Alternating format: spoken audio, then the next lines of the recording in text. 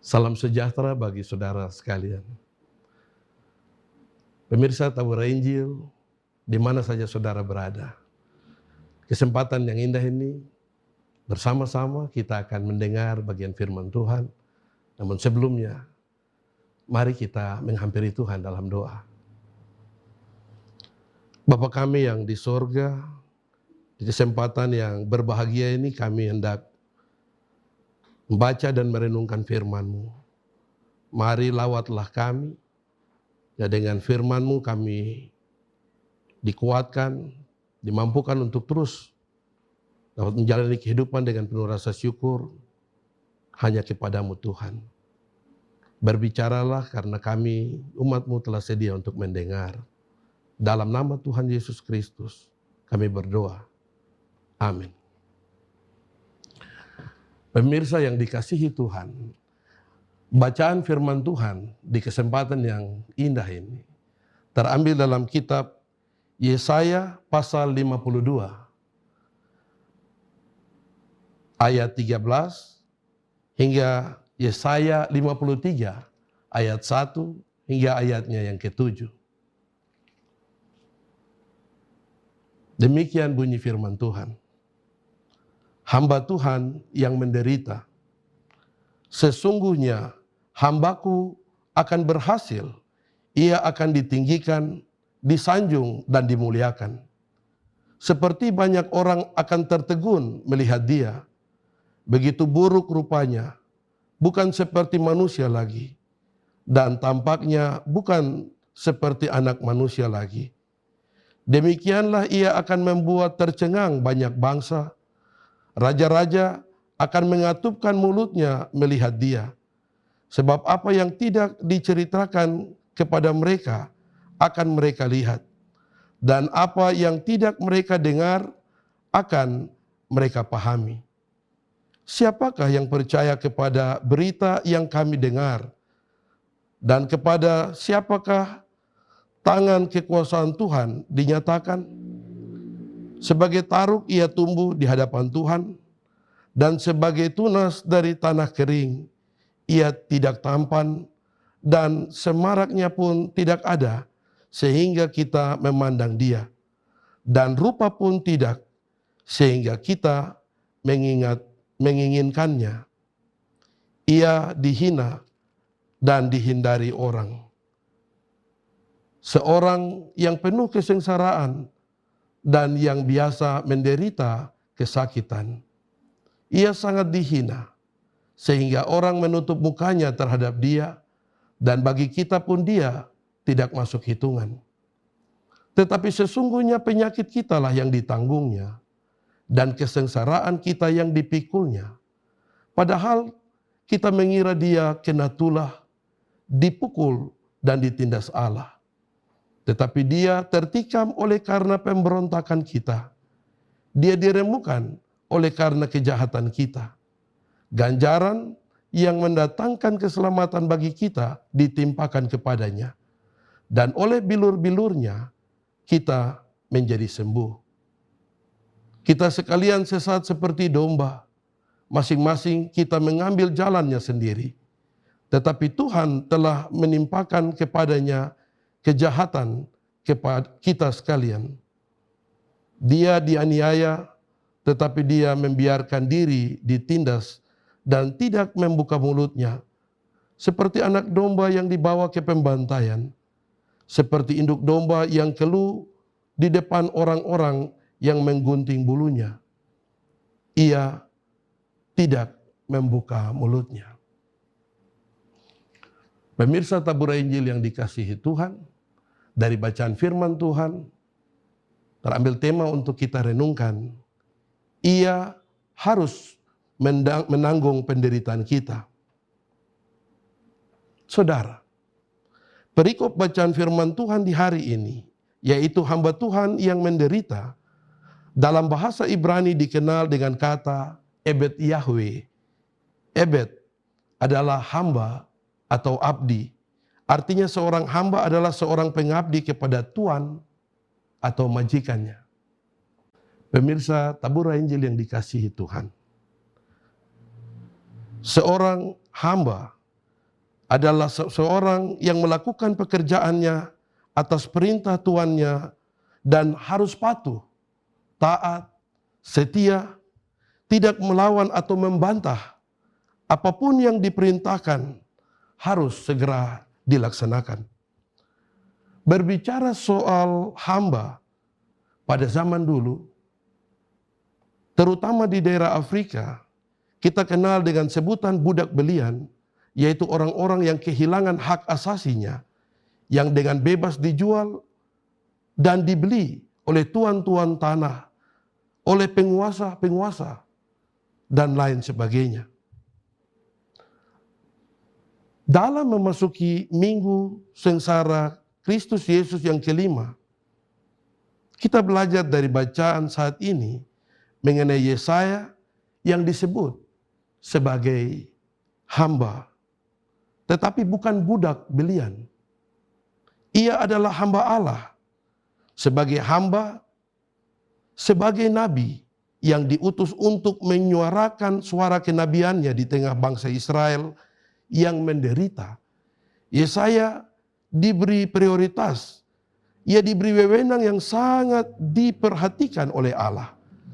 Sebagai hamba Allah yang dipanggil harus diurapi agar bisa bertanggung jawab atas tugas panggilannya. Hamba Tuhan adalah seorang yang dipilih Allah, bukan orang yang mengangkat dirinya sebagai hamba Allah. Yesaya pasal 42 ayat 1 berbunyi, "Lihatlah, itu hambaku yang kupegang, orang pilihanku yang kepadanya aku berkenan. Aku telah menaruh rohku ke atasnya, supaya ia menyatakan hukum kepada bangsa-bangsa."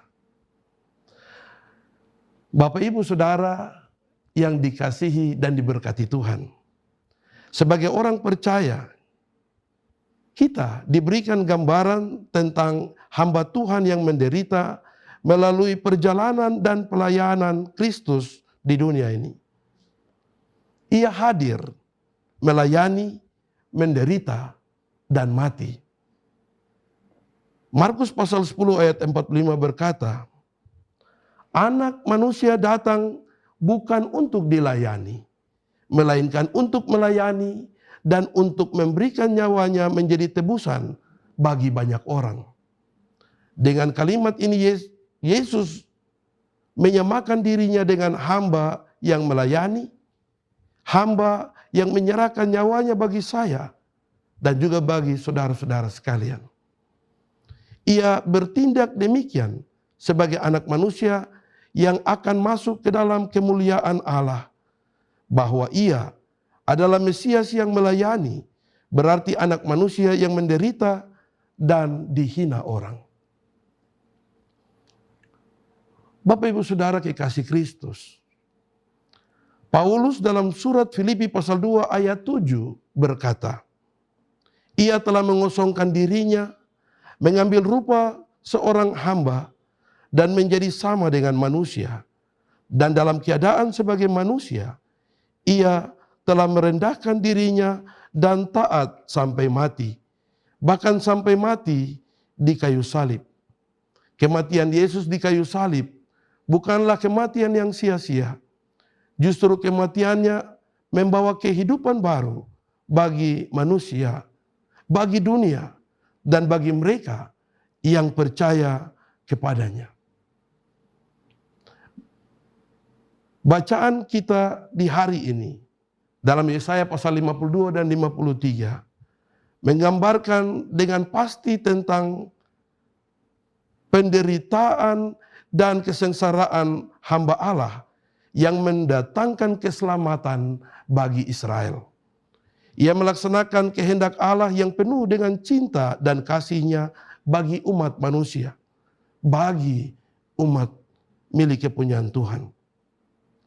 Ia memikul pikulan dan tindasan Allah karena pemberontakan dan kejahatan bangsa Israel. Dan akhirnya penderitaan dan kematian hamba Allah itu justru menghasilkan keselamatan bagi umatnya. Pemirsa yang dikasihi Tuhan, penderitaan dan kematian hamba Allah itu terwujud di Bukit Golgota. Yesus Kristus menjalani penderitaan sampai kematiannya demi kehidupan manusia masa kini. Ia menyerahkan hidupnya agar dunia dan manusia yang tidak mempunyai hidup itu akan memperoleh hidup dengan kelimpahan. Kematiannya di kayu salib telah memperdamaikan manusia dengan Allah dan manusia dengan sesama manusia. Keselamatan diberikan kepada kita secara gratis. Karena keselamatan kita tidak mungkin dilepas dari kasih karunia-Nya sebagai hamba Allah yang mempertaruhkan nyawanya. Pada diri hamba itu, kita menyadari bahwa kehidupan kita jauh dari Tuhan karena dosa-dosa kita.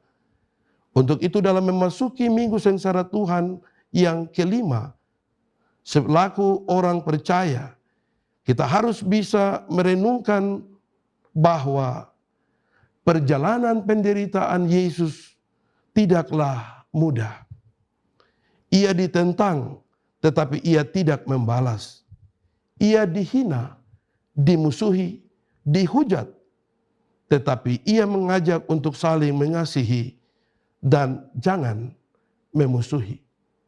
Seperti dalam Matius pasal 5 ayatnya yang ke-44, Yesus bersabda, "Kasihilah musuhmu dan berdoalah bagi mereka yang menganiaya kamu." Oleh sebab itu, orang-orang yang sudah ditebus sebagai umat kepunyaan Allah, kita diajarkan untuk bisa merasakan keterpanggilan kita untuk melayani Tuhan dengan sungguh-sungguh di tengah kehidupan dunia yang semakin hari semakin jahat dengan tindakan dan perbuatan manusia dunia sendiri. Tuhan menolong kita sekalian. Amin. Pemirsa Tabur Injil yang diberkati dan dikasihi Tuhan, mari kita menghampiri Tuhan dalam doa. Kami bersyukur bahwa Engkau, Bapa, rela mati dan bangkit hanya untuk menebus dosa-dosa umat manusia. Engkau menganugerahkan keselamatan itu bagi kami. Kiranya Engkau Tuhan menolong kami, agar di setiap langkah hidup kami senantiasa mempermuliakan nama-Mu. Di setiap waktu dan kesempatan di mana saja kami berada.